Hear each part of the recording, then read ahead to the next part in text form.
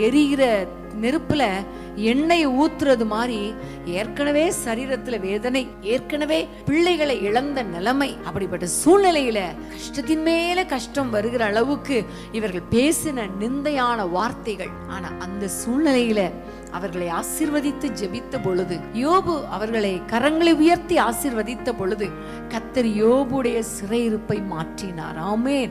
அப்ப அதே தேவன் இன்றைக்கு ஜீவிக்கிறாரே. சோதனை வெளியாக போகிற நாம் அவரை பார்த்து அவர் எப்படி அவர்களை மன்னியும் என்று பிதாவிடத்துல விண்ணப்பம் பண்ணினாரோ, அப்படி நாம் விண்ணப்பம் பண்ணும் பொழுது அந்த சோதனையில, அதே சோதனை வெளியாக, நிந்தைகள், அவமானங்கள், பாடுகள் வெளியாக கடந்து செல்கிற நம்மை அவர் உயிர்ப்பிக்க மாட்டாரா? நம்மை அவர் உயர்த்த மாட்டாரா? நிச்சயமாகவே அற்புதங்களை செய்வார். காரணம், அவர் சோதிக்கப்படுகிறவர்களுக்கு உதவி செய்ய வல்லவராய் இருக்கிறார். ஆமென். திராணிக்கு மேலாக நம்ம சோதிக்கப்பட அவர் விடவே மாட்டார்.